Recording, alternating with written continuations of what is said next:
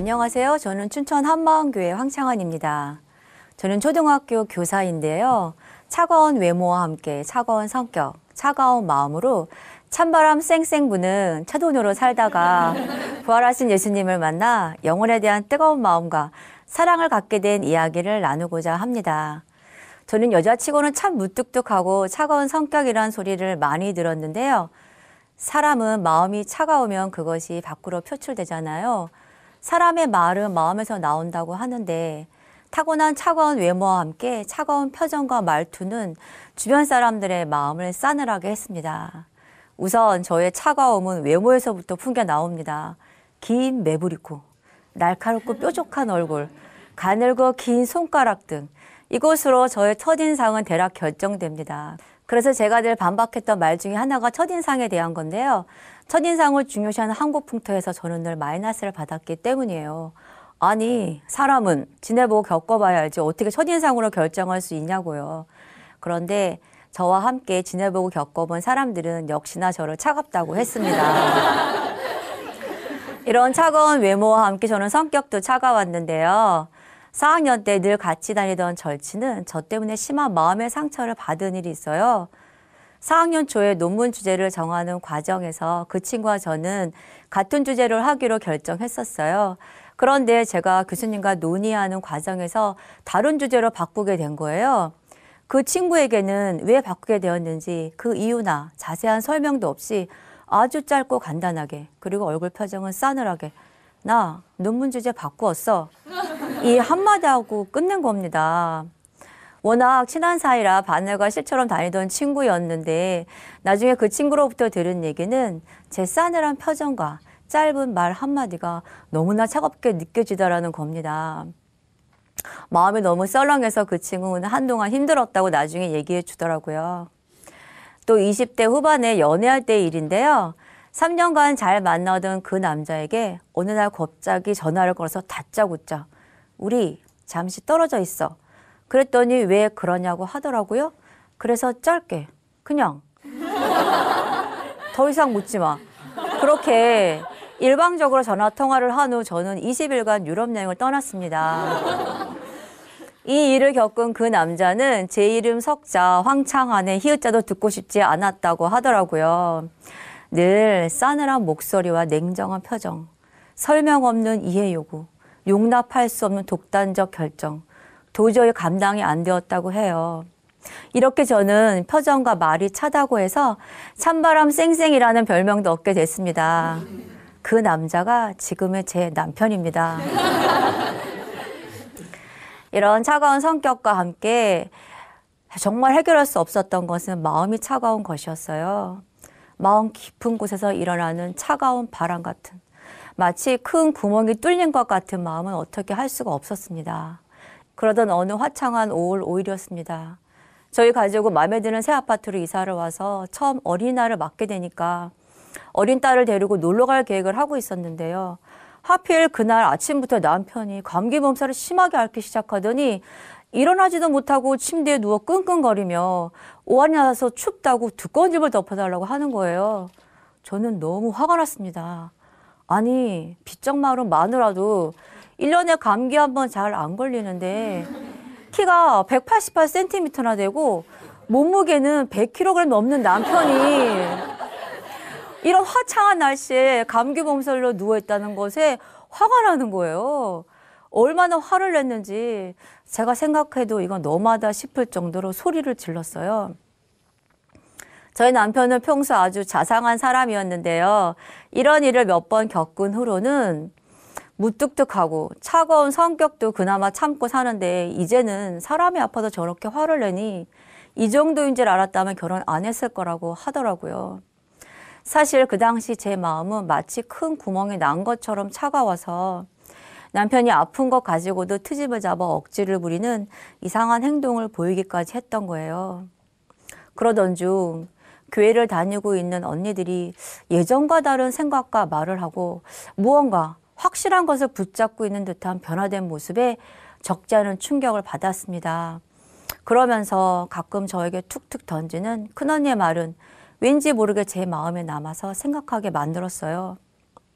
그러던 어느 날 언니의 권유로 교회 어떤 분과 얘기를 나누게 되었는데요.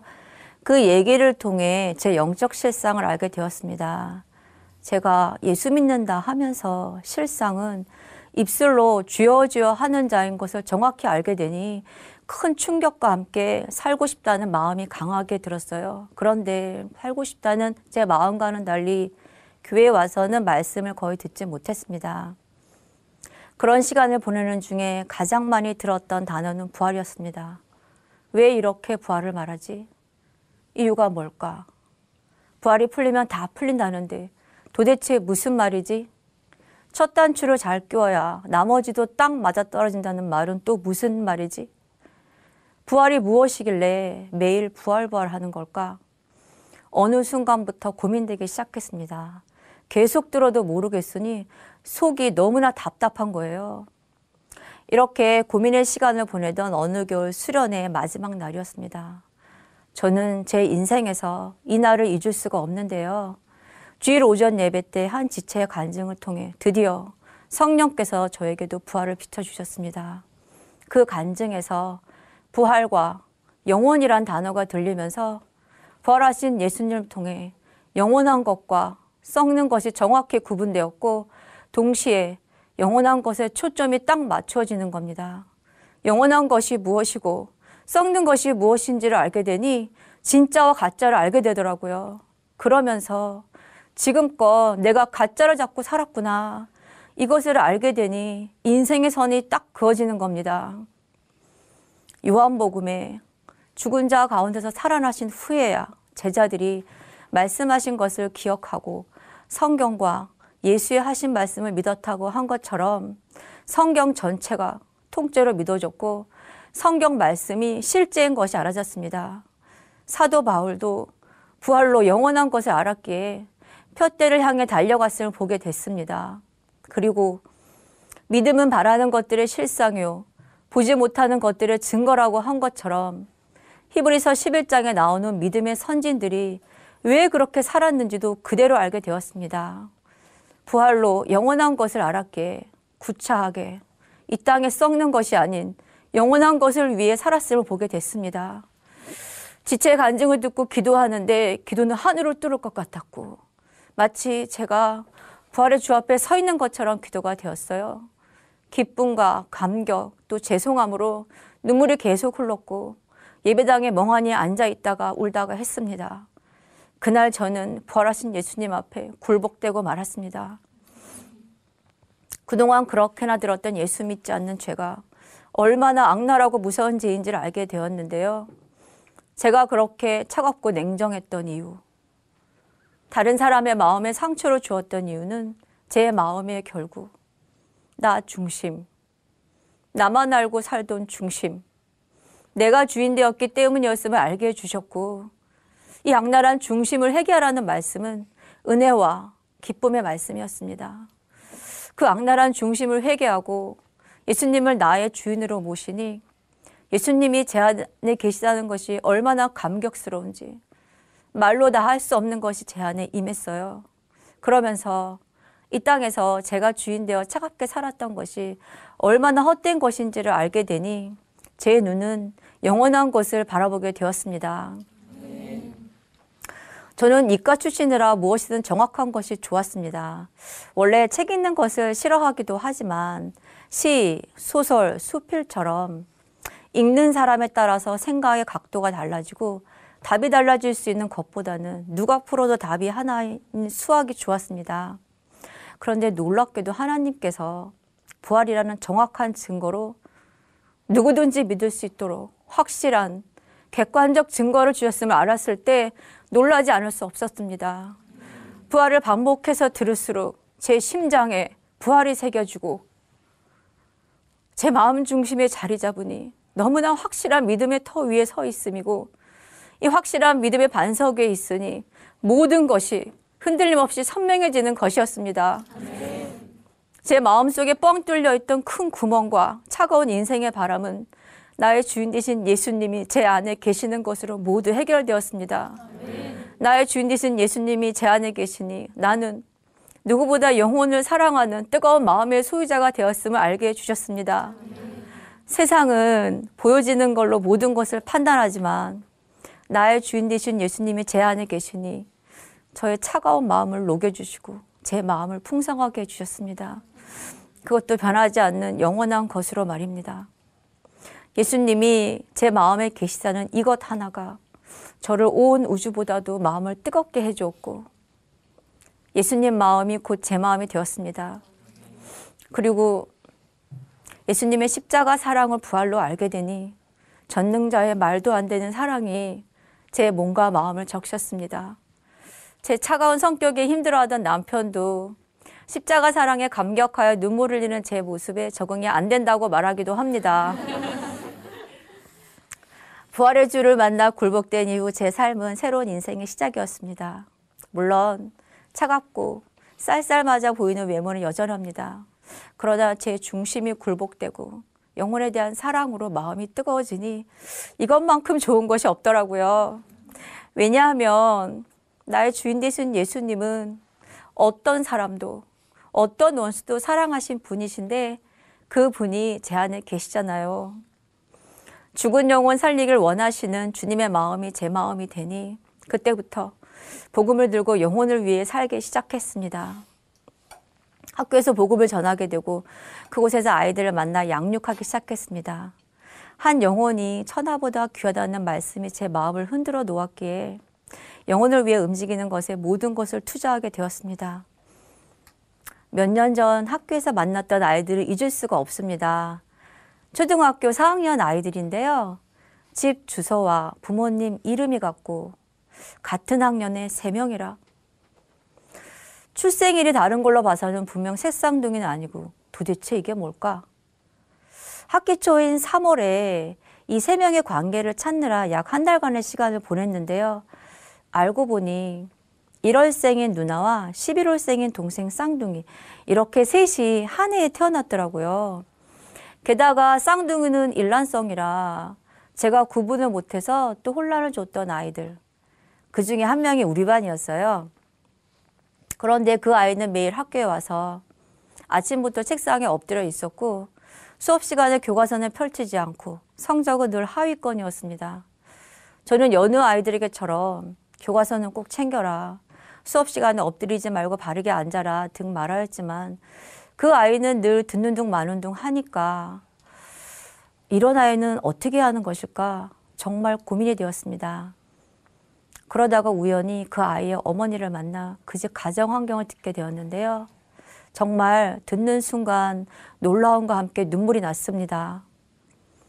밤잠 못 자게 하는 아버지의 괴롭힘과 무서운 가정 분위기, 그리고 아침밥 먹다가 이유도 없이 서게 되는 벌 등 비로소 그 아이가 학교에서 했던 지금까지의 모든 행동이 이해가 되는 거예요. 마침 체육 수업하러 나간 사이 그 아이의 자리로 가서 엉망 책상 속을 정리해 주면서 책가방을 보며 너무 미안한 마음에 눈물이 흘렀습니다. 그때부터 아이들에게 복음을 전하였고 매주 그 아이들을 만나 예배를 드리기 시작했습니다. 복음을 듣고 예수 믿지 않는 죄를 회개하여 기록한 간증은 저를 흥분하게 했고 함께 예배 드리는 것 그 자체가 기쁨이었어요. 해가 바뀌어 한 학년 올라가게 되었는데 저는 이 아이들을 계속 돌봐주고 싶은 마음이 생겼습니다. 그래서 같은 학년으로 따라 올라가게 되었고 반편성 결과 3명 모두 다른 반으로 가게 되었지만 그것과 상관없이 만남과 예배는 계속되었습니다. 예배뿐만 아니라 저희 가족과 함께 만난 것도 먹으러 가고 영화도 보고 선물도 사주고 물놀이도 가고 그냥 제 마음이 그러고 싶었습니다. 우리 반에 있었지만 존재감이라고는 있는 듯 없는 듯한 아이들이었는데요. 정말 후회 없이 사랑하였다는 생각이 듭니다. 세상에서의 없는 자에 대한 편견이 사라진 예수님으로 인해 진정한 평등이 무엇인지를 보게 해주신 귀한 아이들이었습니다. 조건 없이 사랑했던 아이들, 다 주고 싶었던 아이들, 내 마음을 뜨겁게 해줬던 아이들. 그렇게 약 1년 반 동안 지낸 것이 이제껏 교사하면서 가장 행복한 시간이었습니다. 다음에는 슈렉같이 생긴 남자아이를 만났는데요. 교실에서의 말과 행동이 저를 늘 화나게 하는 거예요. 그것도 끊임없이 지속적으로. 제가 태권도를 전혀 할 줄 모르는데요. 제 마음 같아서는 날라서 2단 옆차기로 해주고 싶을 만큼 정말 그 아이가 이해 안 되고 용납 안 되는 겁니다.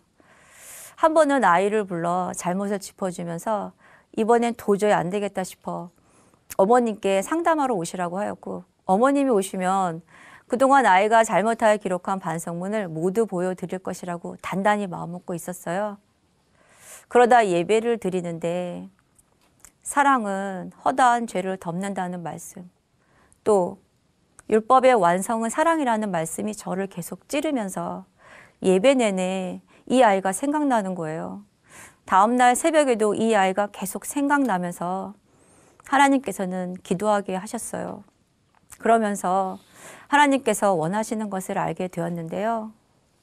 하나님께서는 그 아이를 위해 죽었다고 하셨고 그 아이를 사랑한다고 하셨어요.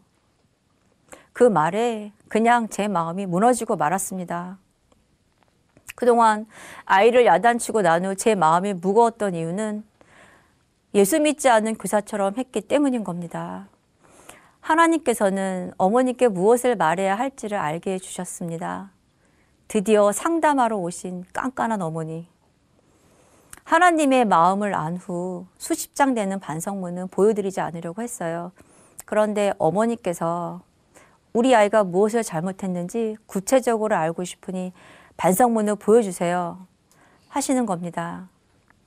그래서 할 수 없이 보여드렸고 어머니와 이런저런 얘기를 하다 결국 제가 꼭 하고 싶은 말씀을 드렸습니다. 전 예수 믿는 교사인데요. 지금까지 이 아이를 품고 사랑하지 못해서 죄송합니다. 제 진심을 그대로 말씀드렸어요. 그 순간 어머니의 눈이 빨개졌고 그 이후의 대화는 너무 잘 되었습니다. 제가 하고 싶은 말을 하고 나니 속이 너무나 후련하고 가벼웠어요. 상담을 마치고 연구실로 갔는데 그 아이를 너무나 잘 알고 있는 전담 선생님들이 선생님, 상담은 어떻게 됐어요? 잘 됐어요? 하면서 궁금한 표정으로 묻길래 어머니께 한 말 그대로 말해주었죠. 그 순간 전담 선생님들의 반응은 완전 뜨악. 그러나 제 마음은 기쁘기만 했습니다. 요즘에는 이해할 수 없는 아이, 용납할 수 없는 아이, 도저히 사랑할 수 없는 아이들이 꽤 많잖아요. 특히 말썽 많고 게다가 공부까지 못하면 거의 존재 가치가 없어지기도 하고요. 그런데 하나님께서는 나는 이미 그런 아이들을 사랑하는 자가 되었다고 말씀해 주셨어요. 그리고 그 아이를 통해 하나님께서는 복음을 가진 교사는 아이가 어떠할지라도 세상의 눈이 아닌 하나님의 눈과 마음, 그리고 사랑으로 품는 것이라고 가르쳐 주셨습니다. 그 슈렉 같은 얼굴이 전능자의 사랑과 오버랩되는 순간은 지금도 잊을 수가 없습니다. 복음으로 사는 목적이 생기니까 학교에서 생활하는 것도 방향성이 생기더라고요. 지금은 학교에서 기독 동아리를 방과 후에 하고 있는데요. 이 아이들도 학교에서는 문제 아들로 꽤나 유명합니다. 그런데 복음을 계속 들려주어 조금씩 변화된 모습에는 주변 선생님들께서 먼저 알아봐 주시더라고요. 학교에서의 문제 아들. 하나님께서 제 눈과 마음을 바꿔 주셨기에 이 아이들에 대한 가치가 다른 거죠. 학교에서 만나게 되는 가정 환경으로 상처받은 아이들, 문제아로 힘들게 하는 아이들 모두 복음이면 충분합니다. 또 자동차의 와이퍼는 교체가 가능하지만 와이프는 마음대로 바꾸지 못한다고 늘 말하던 남편에게도 따뜻한 가정을 주게 된 복음. 사람의 변화도 복음이면 충분합니다. 예수님의 부활로 저 같은 차도녀를 변화시켜 주시고 10대에 대한 뜨거운 소망으로 학교에서 만나게 되는 귀한 아이들과 교사들에게 복음을 전하는 사명자로 불러주신 하나님께 모든 영광 올려드립니다. 감사합니다.